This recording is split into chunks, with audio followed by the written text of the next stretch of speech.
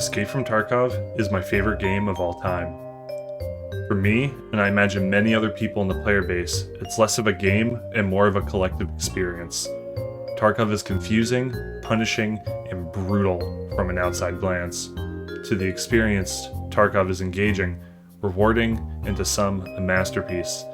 When Googled, Tarkov is categorized as a hardcore and realistic, online first-person action RPG sim with MMO features and a story-driven walkthrough. To be honest, that walkthrough doesn't really exist. There isn't exactly a guide on how to play Tarkov. Within the game's limits, the player has a lot of control and options at their disposal, with large, distinct maps and an arsenal of weapons and gear. Tarkov prides itself on realism, in the aspect of what your character can do physically and the gear they can utilize. Tarkov's military-based setting allows gear sets to have variety from sniping to close quarters, and anything you can imagine in between.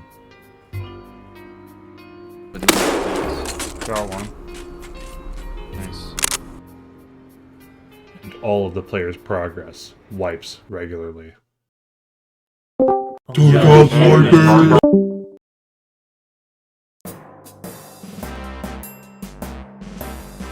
Wipe in Tarkov refers to when every player's inventory is reset to the beginning. All their stats, their levels, their items are reset to nothing. Everything except the amount of time played in the game. A nod to the fact that the only thing that stays with you every wipe is your experience and learning more about the game as you play. A wipe in Tarkov occurs about every 6 or so months, with the game currently just having its longest and shortest wipe cycles back to back. With each wipe, Valve State Games, the company who develops Tarkov, usually gives the player base some sort of additions to the game, whether it be a map, boss, expansion to a map, weapons, or some combination. Nothing is more important to a Tarkov player than wipe day. They take off work, picnic with their loved ones, and grind endlessly for hours and hours a day. A symbol for mastery of a wipe or a Tarkov experience is the Kappa container, obtained by completing a majority of the main quests from the traders, reaching a high enough level, and having every influencer-inspired item found in raid in your stash. It's sought after by every player that has yet to claim one. So, how do we get the Kappa container?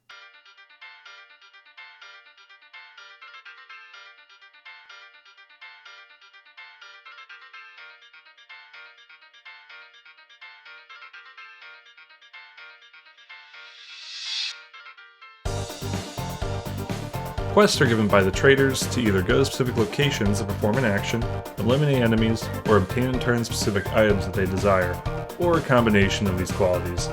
The traders buy and sell gear that take out for their tasks. Money and space management is very finite and can be ran through very quickly, especially in early wipe. To be optimal, players will hold on to items they know are rare to save hassle later, as well as stocking up on items for their hideout or other expensive goods. If you aren't sure what to do for a quest or an item's worth, you do what every Tarkov player does. Go to Tarkov Wiki, search for whatever your heart desires, and it'll bestow you with knowledge.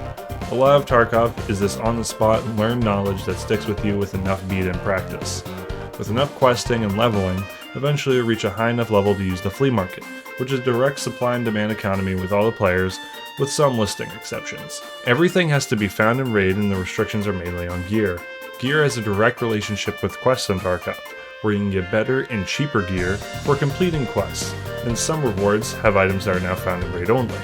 The Kappa container is locked behind a quest that requires the player to complete a majority of the trader's quests until late game levels where you have practically everything unlocked for purchase, except the Found in Raid exclusive items. Found in Raid is a status for items that are given from a quest, or, way more likely, loot from a raid.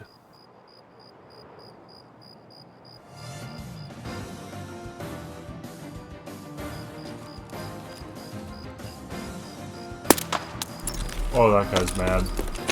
Raids start when all the PMCs load in at the start of their respective map's timer, and end when their timer reaches 0, or the player reaches a successful extract location. All the loot on each map is generated along any given pathway to extract. Extract with the loot, and you are rewarded with the resources to progress. Die with it on your person or in your secure container, and either lose it forever, or have it lose its Found in Raid status. All the items PMCs load in with are not found in Raid. However, they can be picked up and used or sold to traders.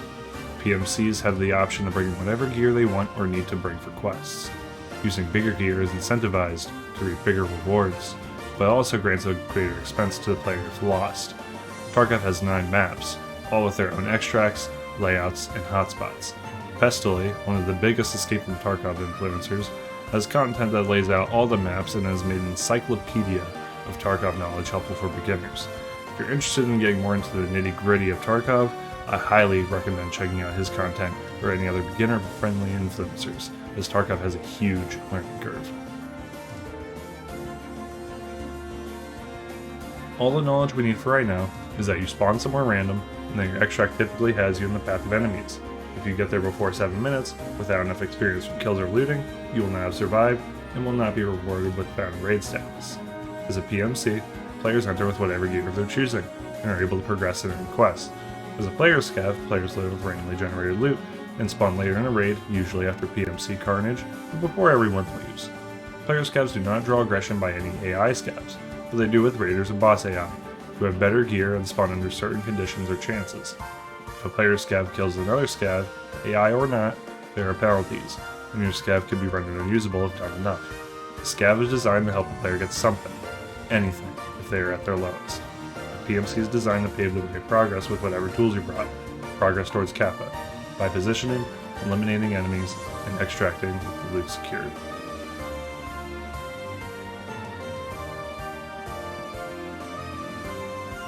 There's someone in the room still. Maybe 2. Oh, I see.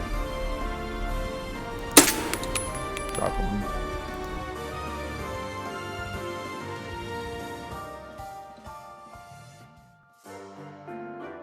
Loot is what makes everything fit together.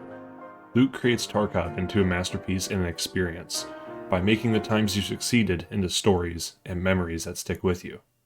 Because in a war-torn dystopia, truly succeeding is rare, but when you do, it's mind-boggling. Dude, this is stupid. 31 bullets, okay? You ready for this?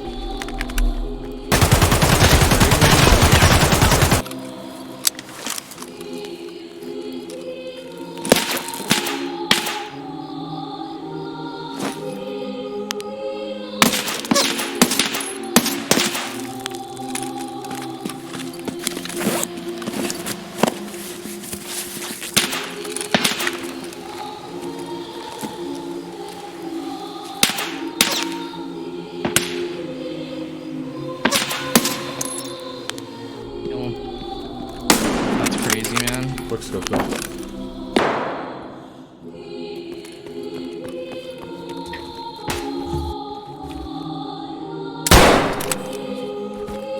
Oh my god.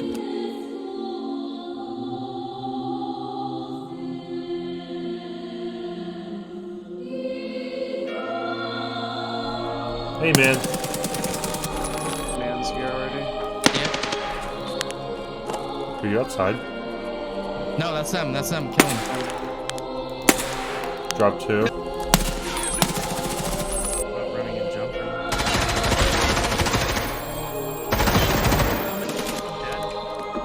Oh my god.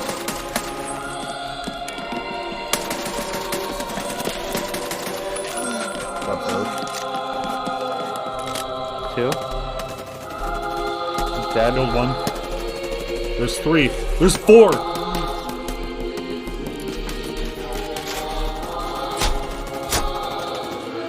Killed 3, killed 3, killed 3. There's dead.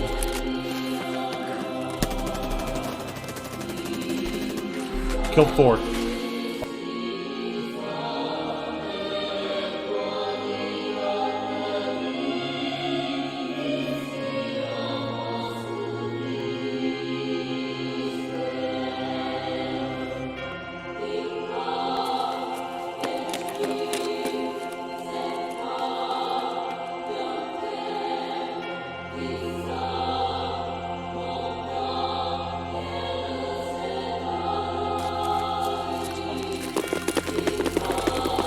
Right in front of us. It is in these moments that Tarkov is at its peak. The carnage almost transforms into art. The stakes of the loot and the war-torn atmosphere makes Tarkov this one-of-a-kind, almost an anomaly of a game. It's a masterpiece, and despite other games like it coming out, none of them have the same feel Tarkov does.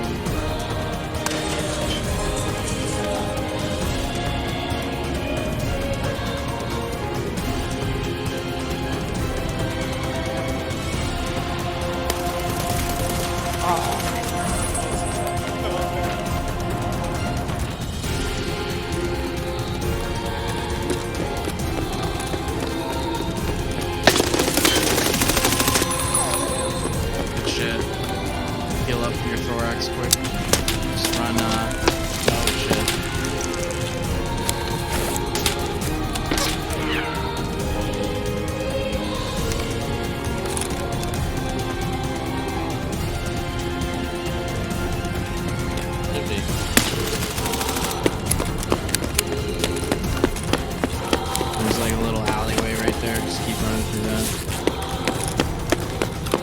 Maybe a scav spawns off to your right. Just avoid it. What the fuck?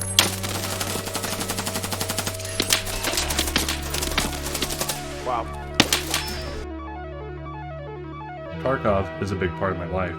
Without it, I wouldn't have met some of my closest friends or made some of my fondest memories. However, Tarkov is about to enter a new era. With Arena practically around the corner, I can't help but wonder what exciting things are to come. This quintessential piece of storytelling and playstyle is what makes Tarkov unique and what keeps it going, keeps its community thriving, and keeps the game enjoyable. And as Tarkov is entering a new era, we should all attempt to preserve that, new players, old guard, chads, and rats alike.